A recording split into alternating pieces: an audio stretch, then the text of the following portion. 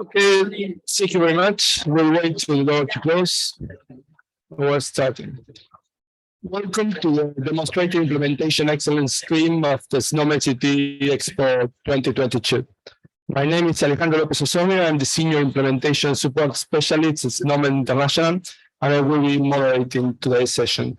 All questions will be answered at the conclusion of the presentation. Online attendees, please use the Q&A box to type your questions to the presenter. On-site attendees, I will bring you the microphone when you have a question. I'm now pleased to introduce Hugo van Mens from the Amsterdam UMC and Chipsoft, who will be presenting patient-friendly language in the hospital patient portal, implementation and evaluation. Hugo, please proceed. Hello, everyone. Thanks for attending. Yes, I will be presenting an implementation project and some research that led up to this implementation we carried out together as well with Franciscus Hospital and Dutch Netherlands NRC, NICTIS. So patients can access their medical data in patient portals, but also personal health records. And this is, they can also use it to schedule appointments or contact their doctor, and it's very useful for them to gain control over their own healthcare, and they become more engaged with healthcare. Only medical data, they're very specialized. So there's a lot of jargon and acronyms in it, and in the Dutch language, Latin and Greek terms are more unfamiliar to people than the Germanic language.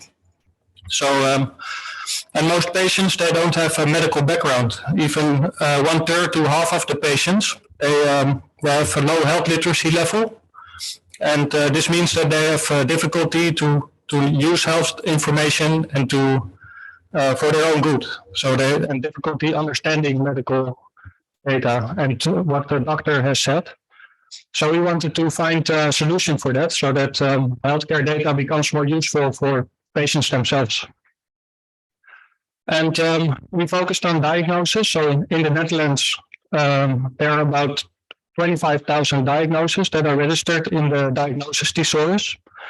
And it's mapped to the SNOMED CT. So at the time, 2 years ago, there was about 18,000 concepts that had been mapped. So a contusio cerebri would, for instance, be a contusion of cerebrum in SNOMED CT. And the Netherlands Release Center has released a patient-friendly extension.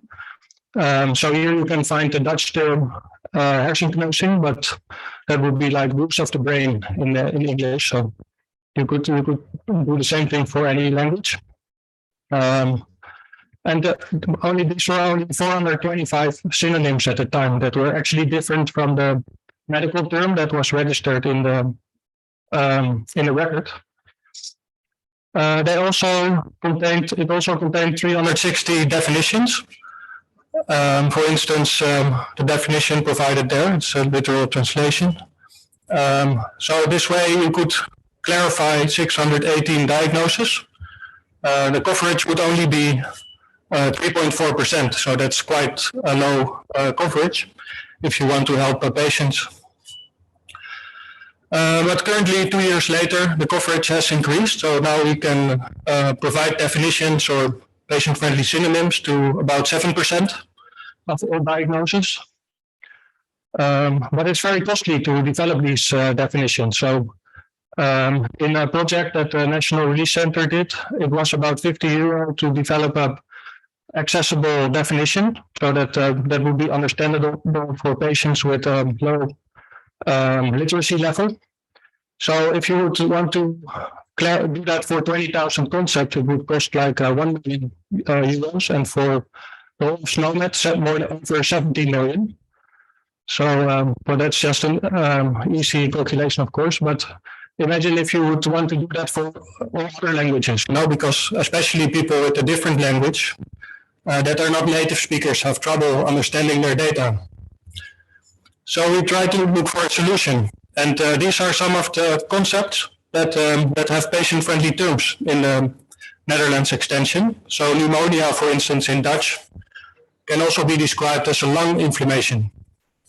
And all the concepts are organized in the ISA hierarchy, the subtype, supertype hierarchy. So from SNOMED CT, we know that cardiomyopathy is a type of heart disease, and heart disease is a type of disorder of cardiovascular system. And we can use that knowledge to explain medical data to patients. So you can explain left ventricular diastolic dysfunction as a heart muscle disease. And you can do that for all heart muscle diseases and provide the definition of that patient with a low literacy level would understand. There are also concepts that have, because SNOMED is polyhierarchical, so sometimes you generalize to multiple supertypes, and then you can enumerate supertypes, just as in this case. So pneumonia caused by SARS-CoV-2 is virus infection and the lung inflammation. And we assume that the level in which we generalize is the patient-friendly extension. So if the patient-friendly extension would have added coronavirus infection, then the algorithm would automatically generalize to that level. And unfortunately, everyone knows now what coronavirus is. So it makes sense to add that concept to the extension. And in some languages, people talk about this in terms of COVID. So then you could generalize it to COVID as well. And you can do that for all types of coronaviruses. So if we get SARS-CoV-3, then it would automatically work as well. So we calculated how much coverage we could get. And this table shows that we generalized to from 1 to 7 supertypes. So there were about 9,000 diagnoses that we generalized to 586 supertypes, such as a blood clotting disorder. And there were 5,000 that we generalized to about 1,400 combinations of 2 supertypes. And this goes up to 3 supertypes. So you can see it becomes more complicated and maybe get less useful, but still it provides information that is not contained in the description of the concept. So in total, we could clarify over 15,000 diagnoses using only 2,750 combinations of supertypes. And we only used 620 supertypes. So that was a promising achievement. And the coverage with descriptions only was only 3.4%. And with this, we can add another 85%. So now the coverage increased to 86%, 89% of all the diagnoses that had a SNOMED code. And it means that we can clarify 26 times more diagnoses this way. But as you can see, so this is how we made the clarification. So if there was a synonym and a definition, then we provide a synonym that is patient-friendly and add the definition with text concatenation. But if it was not available, then we generalize to the supertypes and choose the preferred term of the supertype or the supertypes and then enumerate them. And after that, we enumerated the definitions, just as the case in aortic valve cups prolapse. So we provide a definition of heart valve disorder. So we carried out a validation study together with NICTIS, the Dutch, where the Netherlands National Release Center is based. And they had 2 raters that with a medical and SNOMED CT background, and they rated a representative sample of 1,200 diagnosis clarifications. And we identified errors in 13% of all the clarifications. At least one of the raters found an error in the 13%, and 14% was considered not to be acceptable to use as a clarification. But the majority was correct and complete, and found it relevant and clear to use in clinical practice. And we identified all the issues involved. So the problems were related to the underlying terminologies and the algorithm also. So we had to resolve them before using them in clinical practice. So we had to make some modifications, and this is, I will give some examples. So we excluded a number of concepts from the patient-friendly extension, such as the megakaryocytic thrombocytopenia, which, well, most people are not familiar with this, but this definition was not very useful because it generalizes it to the disease concept.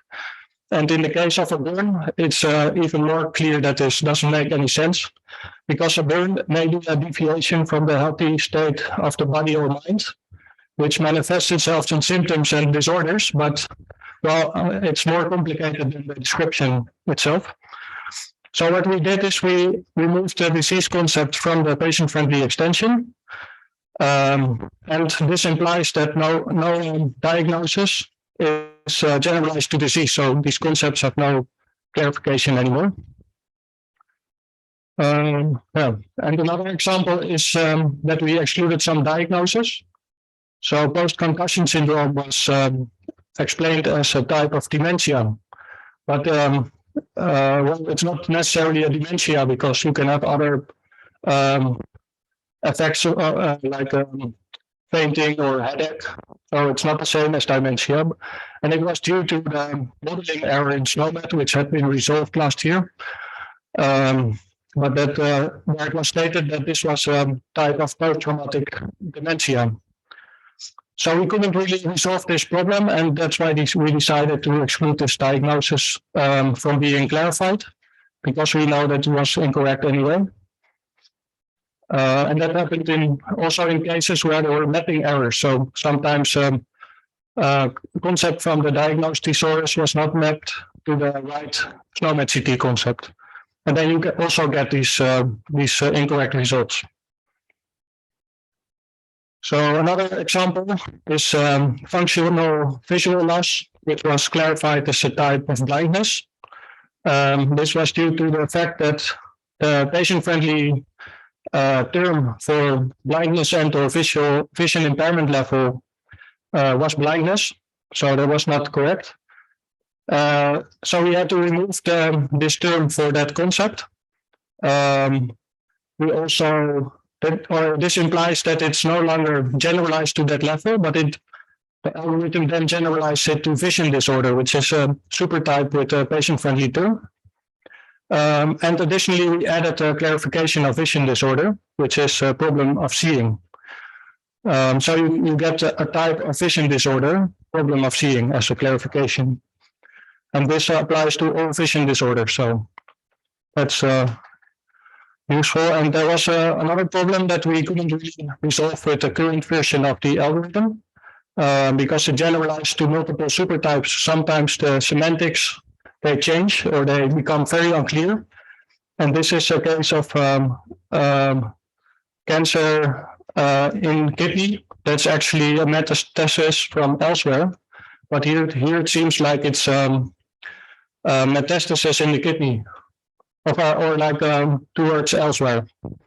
So we resolved this by adding a definition of metastasis because it's not even a very friendly term. So we took this definition from the newer version of the extension. And then we replaced all the clarifications of metastasis with this definition.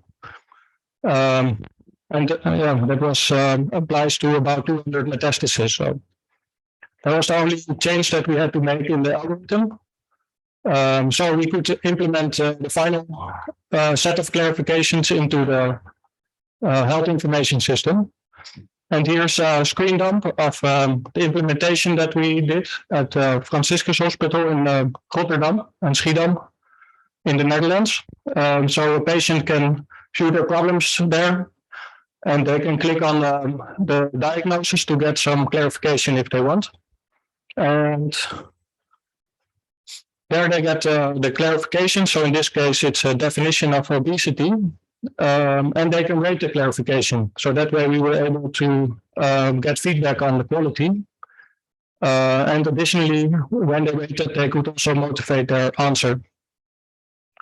Another example is Hawkins syndrome, and it's generalized to a hereditary metabolic disease. And here at the bottom, you can also see we have some information and warnings. These were a requirement of the privacy officer and the medical ethical review board.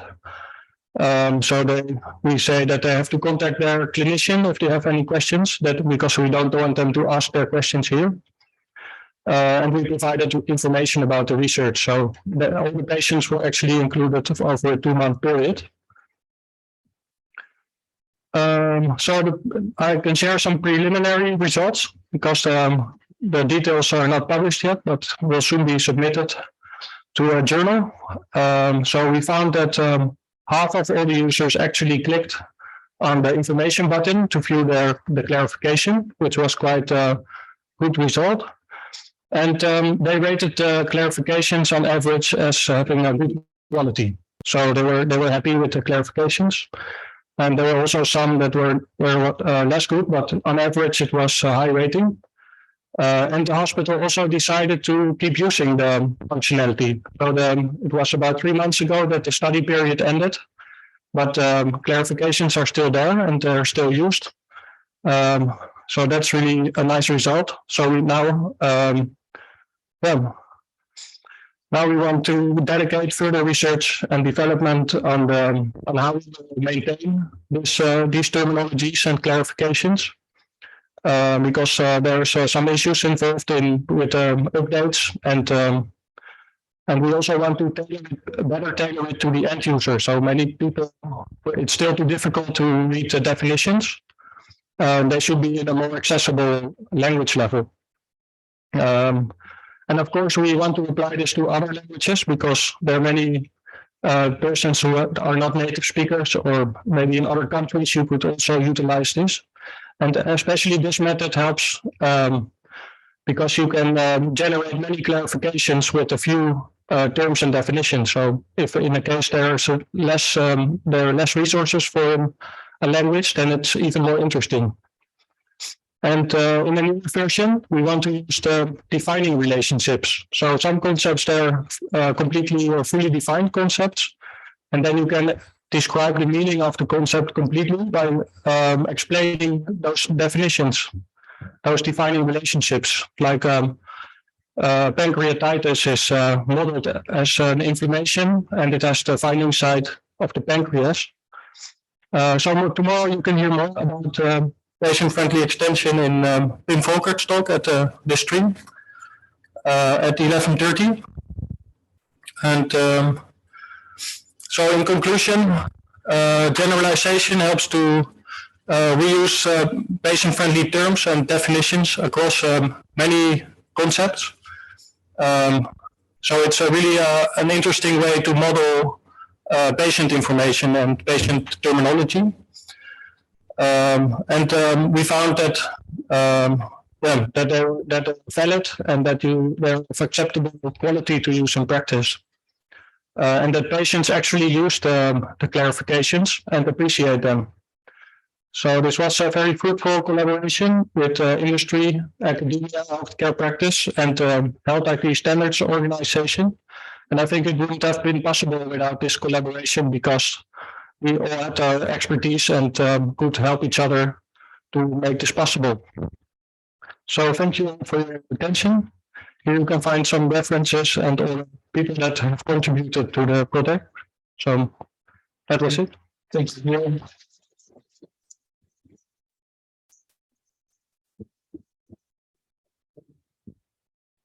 Well, any questions in the room for you? No.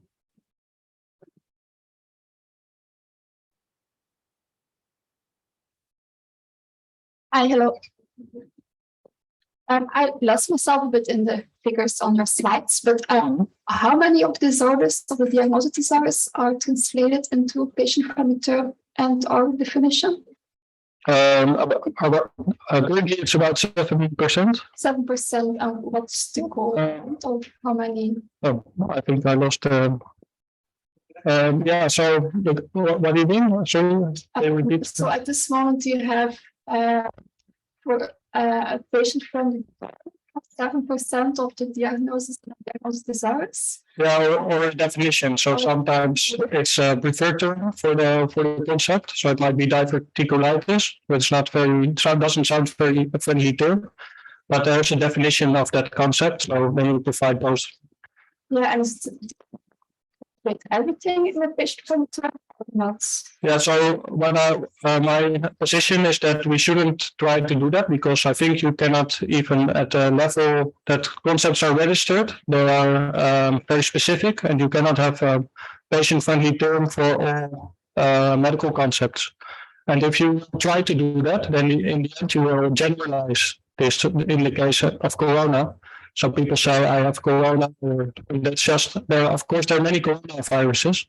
So naturally, when you make something more accessible, then you start generalizing. So I think the approach is better to model this in such a way that you can generalize to the right level that is understandable. Yeah, thank you. And then you can gain a very high coverage with only a few terms and definitions. So you have 7%, but you can generate patient-friendly using that 7%. Yeah, so we use 600 terms to clarify 16,000 diagnoses, so 26 times more clarifications. So you're doing those clarifications at runtime, or do you do them and store them somewhere? Yeah, I built an API where you can do that at runtime, but it's not very efficient because in the end you will be using a flat list. So we exported a flat list and like a mapping to the diagnosis from the diagnosis disorders to the clarifications and inputted that into the health information system. I'm Hugo from Norwegian NLC. Thank you for a great presentation. I would love to do this in Norway at some time. You said that the hospitals were satisfied with this, so they would like to continue. When they started with this, what was their motivation? Was that they want to do something about it, or was there some kind of a law or requirement, or how did they get involved? So they actually volunteer to be involved. So we actually contacted 7 hospitals, and they all sent their data for we did. We were looking for hospitals that have enough traffic, so enough people that are looking at their problem list, and we selected that one hospital for this study. And there were also other hospitals that want to use it and wanted to be involved. So I think they get questions from their end users, from the patients, and authorized like significant others that they want to have more explanations of medical data because they often have questions about this. And from the results, we can also see that patients didn't know that they were diagnosed with something, or maybe because of the clarification, they understand whether it's correct or not, because sometimes they even don't agree with the diagnosis after reading the clarification. Hugo, sorry, it's me. Thanks, a lovely presentation. When you put up your slide about parasitic thrombocytopenia, something rang in my head, and I've been sort of pondering it, but I can't work it out at all. But one of the ways I would explain it to a patient, I think they would have gone onto the internet or read it or asked a friend or whatever. Mm-hmm. The sort of messages I would want to get to a patient is you don't have leukemia and you don't have ITP, which are the 2 things they would probably have found search there. So in your thinking, has negation come up as a thing or as a tool to use? Yes, definitely, but it was in another case of neoplasms. So we had some example of a borderline tumor. It was a patient-friendly term, and there was a definition of borderline tumor, that it was a tumor that was not benign or malignant, but that it might become that it might get aggressive behavior.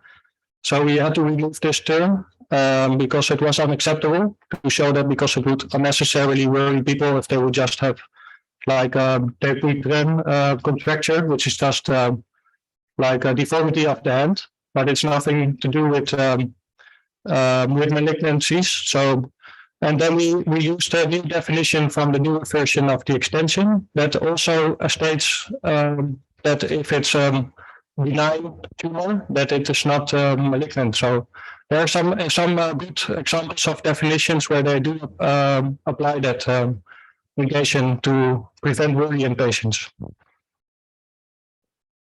Thank you. Any other question? And we don't have any questions like Hugo. Thank you very much. Thank you all. What was?